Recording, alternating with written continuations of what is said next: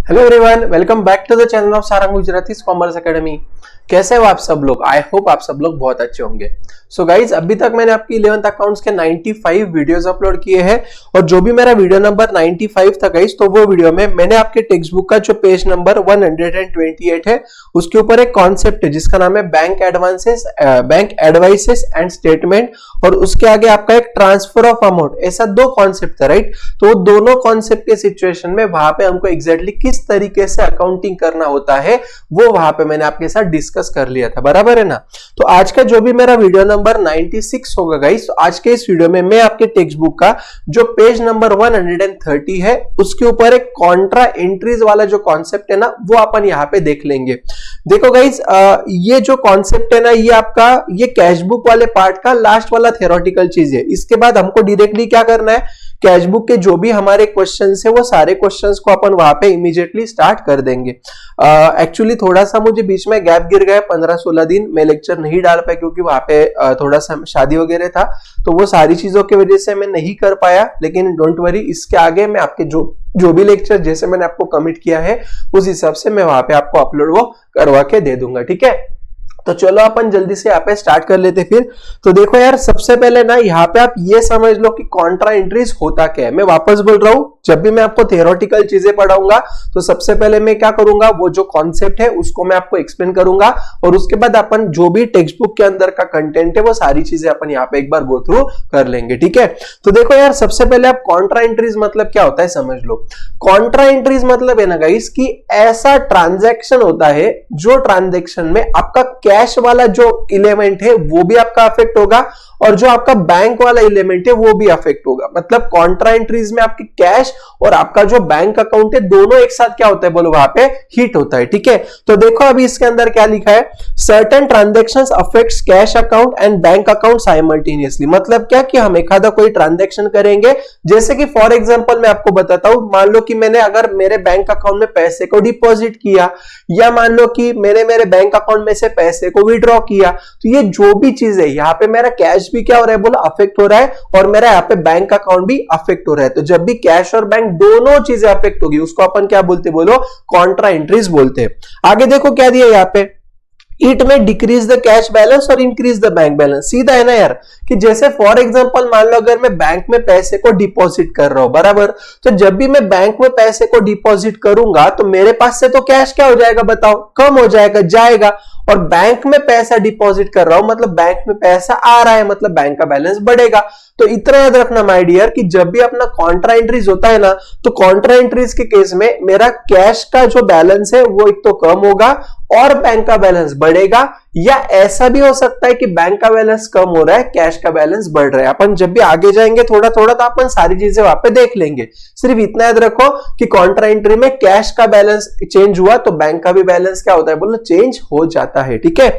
आगे देखो क्या दिया यहाँ पे, it may decrease the cash balance and increase the bank balance, जैसे मैंने अभी आपको बोला, और increase the cash balance and decrease the bank balance at the same time, ठीक है। In columnar cash book cash account and bank account appears under the same heading of cash book. अभी ना जब भी एक कॉन्ट्रा एंट्री वाला चीज आएगा ना गाइस, तो वो केस में आगे जाके मैं आपको बताऊंगा कि वहां पे हमको है ना 2 कॉलम कैश बुक बोलते हैं, उसको अपन क्या बोलते हैं बोलो, 2 कॉलम कैश बुक, राइट। तो हमको वहां पे 2 कॉलम कैश बुक बनाना पड़ेगा। 2 कॉलम मतलब क्या, जिसके अंदर आपका कैश वाला भी कॉलम होगा और जिसके अंदर आपका वहां पे बैंक वाला भी कॉलम होगा। ऐसा ही हमको वहां पे क्या करना पड़ेगा बोलो, कैश बुक को बनाना पड़ेगा, ठीक है। आगे क्या बोल रहे हैं यहाँ पे देखो, to record increase in the bank balance bank account is debited and record decrease in cash balance cash account is credited and vice versa. मतलब बस इतना ही है कि अगर हमारे बैंक में पैसा अगर आ रहा है तो आप क्या करो, वहां पे बैंक अकाउंट को डेबिट करो। क्यों? क्योंकि अभी आपको वो बैंक ये तो पता है ना कि बैंक जो भी आपका पर्सनल अकाउंट है, तो बैंक में अगर पैसा आ रहा है मतलब बैंक रिसीवर बन जाएगा, तो बैंक को डेबिट करना पड़ेगा। तो ये सारी गोल्डन रूल्स वाली चीजें हैं। जब भी अपन क्वेश्चन पे जाएंगे तो इसका क्वेश्चन अपन कर लेंगे तो आपको ध्यान में आ जाएगा, ठीक है। आगे देखो क्या बोल रहे हैं यहाँ पे जल्दी से, entries recorded on the both side of the cash book are called as contra entries, right। अगर कैश बुक में हम कैश और बैंक दोनों का अगर इफेक्ट साइमल्टेनियसली दे रहे हैं तो उसको अपन क्या बोलते बोलो, आप एक कॉन्ट्रा एंट्री बोलते हैं। आगे क्या दिए देखो, it occurs only when cash account and bank account are simultaneously affected, ठीक है। Contra entries are denoted by the capital letter C। In the ledger folio column. अभी देखो इसका मतलब क्या होता है समझ लो। देखो माय डियर, समझो फॉर एग्जांपल ये आपके कैश बुक का फॉर्मेट है, राइट। यहाँ पे जो उन्होंने दिया ना, मान लो ये आपके कैश बुक का फॉर्मेट है, बराबर।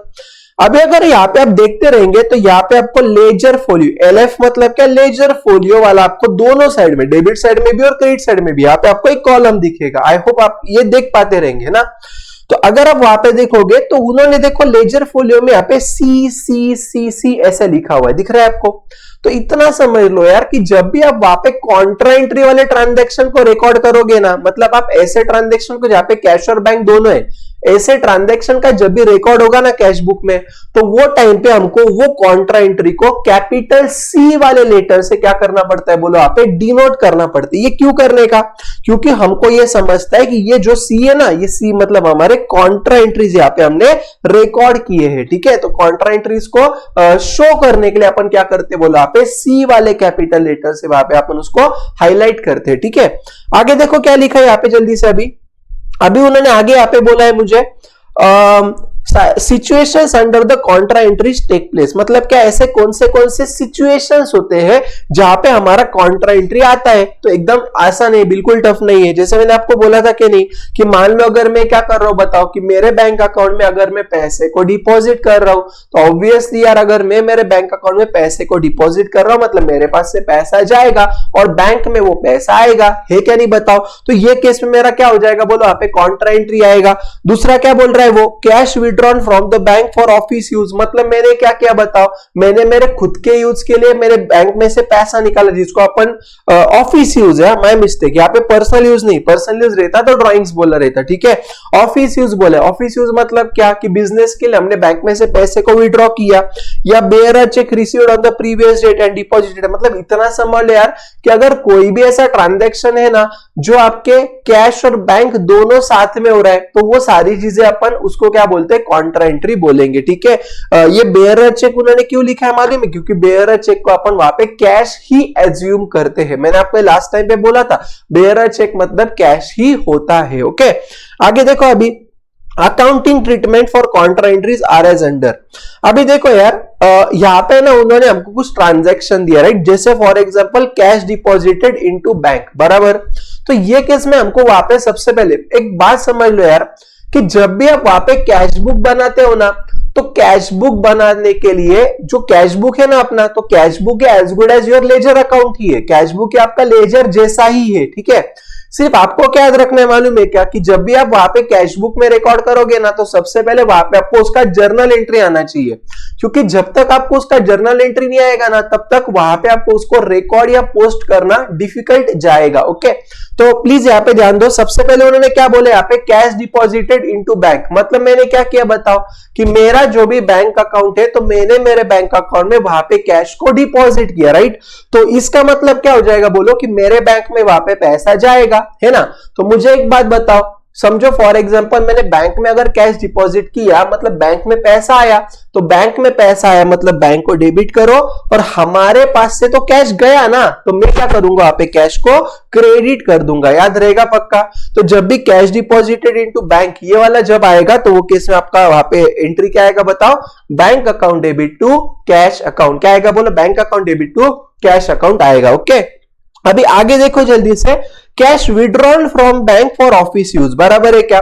अभी आप मुझे एक बात बताओ, मैंने बैंक में से पैसा निकाला, बराबर। तो जब भी मैं बैंक में से पैसा निकालूंगा तो मेरे पास कैश आएगा, बैंक में से पैसा निकाला मतलब मेरे पास कैश आएगा, और बैंक का जो बैलेंस था वो क्या हो जाएगा बोलो, कम हो जाएगा। समझा क्या आप लोगों को, है ना। तो इतना याद रखो कि जब भी मैं बैंक में से पैसा निकाल रहा हूं तो मेरे पास कैश आएगा, कैश आ रहा है मतलब कैश को डेबिट करो, और बैंक में से पैसा जा रहा है मतलब बैंक ये गिवर है, बैंक आपको पैसा दे रहा है, तो गिवर को क्रेडिट करो, ठीक है। आगे उन्होंने यहाँ पे क्या दिया देखो जल्दी से। अभी आई होप आपको ये ए एंड बी ए जो 2 पॉइंट्स थे आपको टकाटक समझ गए होंगे, राइट। अगर कुछ दिक्कत आता है, कुछ डाउट आता है, आएगा तो नहीं, मुझे 100% गारंटी है, लेकिन फिर भी अगर आपको कुछ डाउट आता है तो कमेंट सेक्शन में बोल देना। ओके, चलो आगे देखो जल्दी से। यहाँ पे bearer cheque received on the previous date deposited into bank. एक बात मैं आपको बोलूं, बेयरर चेक मतलब ही क्या एज्यूम करना है आपको, कैश। तो आपने कैश बैंक में डिपॉजिट कर दिया, तो जब भी आप वहां पे कैश को बैंक में डिपॉजिट करते हो तो बैंक में पैसा आएगा, मतलब बैंक को डेबिट करो। आपके पास से कैश जा रहा है मतलब कैश को क्रेडिट करो। तो एंट्री क्या आएगा बताओ, bank account debit to cash account. ध्यान में आया कि नहीं है बताओ, है ना। तो कॉन्ट्रा एंट्री से बिल्कुल भी कुछ ऐसा डिफिकल्ट वाला टास्क लेकिन इंपॉर्टेंट जरूरी है ना। चलो अभी देखो आगे क्या लिखा है यहाँ पे उन्होंने, balancing of cash book with cash and bank column. अभी ना मेरी एक बात पूरे अच्छे तरीके से ध्यान से समझ लेना मैं क्या बोल रहा हूं। थोड़ा सा ये जो चीज मैं आपको डिस्कस करूंगा ना, ये चीज आपके लिए बहुत ज्यादा इंपॉर्टेंट है, क्योंकि ये चीज है ना आपको प्रैक्टिकल लाइफ में भी काम को आएगा, प्लस साथ साथ में जब भी आप वहां पे एग्जाम में कैश बुक का क्वेश्चन सॉल्व करोगे वो टाइम पे भी आपको ये सारी चीजें वहां पे काम को आएगी। तो प्लीज मेरी बातों को अच्छे से समझ लेना। ये थ्योरी वाली जो भी चीजें है ना, ये आपको मैं आराम से, पहले मैं मुझे जो आपको बोलना है वो समझाता हूं, फिर अपन ये थ्योरी पढ़ लेंगे। ओके, अभी ना दोस्तों आप एक काम करो, आप ये जो आपके सामने कैश बुक दिख रहा है ना, ये वाला फॉर्मेट, राइट, ये फॉर्मेट के ऊपर पहले अच्छे तरीके से ध्यान देके समझ लो। देखो माय डियर, इतना हमेशा याद रखना कि जब भी आप कैश बुक के कैश कॉलम, मैं वापस बोल रहा हूं किसकी बात कर रहा हूं मैं अभी आपके साथ, देखो यहाँ पे कैश बुक के कैश कॉलम की मैं आपके साथ बात कर रहा हूं, ठीक है। हमेशा याद रखना माय डियर कि आप जब भी कैश बुक का कैश कॉलम का टोटल लोगे तो हमेशा और हमेशा कैश बुक के कैश का डेबिट साइड का जो टोटल होता है ना, वही हमेशा क्रेडिट साइड के टोटल से बड़ा होता है। हमेशा, ऐसा कभी नहीं हो सकता है कि आपका कैश का क्रेडिट साइड का टोटल बड़ा है। मैं वापस बोल रहा हूं, मैं कैश बुक के कैश कॉलम की बात कर रहा हूं, बैंक कॉलम की बात नहीं कर रहा हूं, ठीक है। तो कैश बुक के कैश कॉलम का लेफ्ट साइड मतलब डेबिट साइड हमेशा हमेशा हमेशा क्या होगा बोलो, बड़ा होगा। कौन से साइड से, राइट या क्रेडिट साइड। इसका रीजन समझ लो मैं क्या बोल रहा हूं। देखो माय डियर, कैश जो है वो हमारा एसेट है, बराबर। एसेट को हमेशा डेबिट बैलेंस ही होगा ना। ऐसा कभी हो सकता है कि बताओ कि मैं बोल रहा हूं मेरे पॉकेट में ना निगेटिव 500 रुपीज है, ऐसा कभी होता है क्या रे? नहीं। कैश बुक को हमेशा, कैश बुक का जो कैश कॉलम है, कैश को हमेशा डेबिट बैलेंस होता है। हमेशा कौन सा बैलेंस होता है बोलो, डेबिट बैलेंस होता है। डेबिट बैलेंस कब रहेगा, जब आपका वहां पे कैश का डेबिट साइड बड़ा रहेगा, तब आप उसको डेबिट बैलेंस बोलेंगे, ठीक है। तो हमेशा रखो, जब भी आप वहां पे कैश बुक को क्लोज करोगे तो वहां पे कैश का हमेशा लेफ्ट साइड मतलब डेबिट साइड ही बड़ा होगा। तो हमेशा पहले लेफ्ट साइड का टोटल ले लेना और फिर इसका बैलेंसिंग फिगर आप कहां पे लिख लोगे बताओ जल्दी से। देखो यहाँ पे दिख रहा है 3700, यहाँ पे आप बैलेंसिंग फिगर उसका लिख लोगे। ओके, इतना याद रखोगे ना पक्का। अगर आपको एग्जाम में आता है in cash book cash column is always have dash dash balance, right, तो वो केस में आपको क्या लिखना है बोलो, in cash book cash is always have debit balance. कौन सा रहता है बोलो, डेबिट बैलेंस रहता है, ठीक है। और जो बैंक कॉलम की अगर मैं बात करूं ना गाइस, तो देखो यार बैंक में ना आपका डेबिट साइड भी बड़ा हो सकता है और आपका क्रेडिट साइड भी बड़ा हो सकता है। मैं वापस बोल रहा हूं, क्या बोल रहा हूं ध्यान देना। जब भी आप वहां पे कैश बुक के कैश कॉलम का टोटल लोगे तो कैश कॉलम का हमेशा डेबिट साइड बड़ा होगा, लेकिन जब भी आप कैश बुक के बैंक कॉलम का टोटल लोगे तो वो टाइम पे बैंक कॉलम या लेफ्ट साइड वाला भी बड़ा हो सकता है और राइट साइड वाला भी हो सकता है, ठीक है।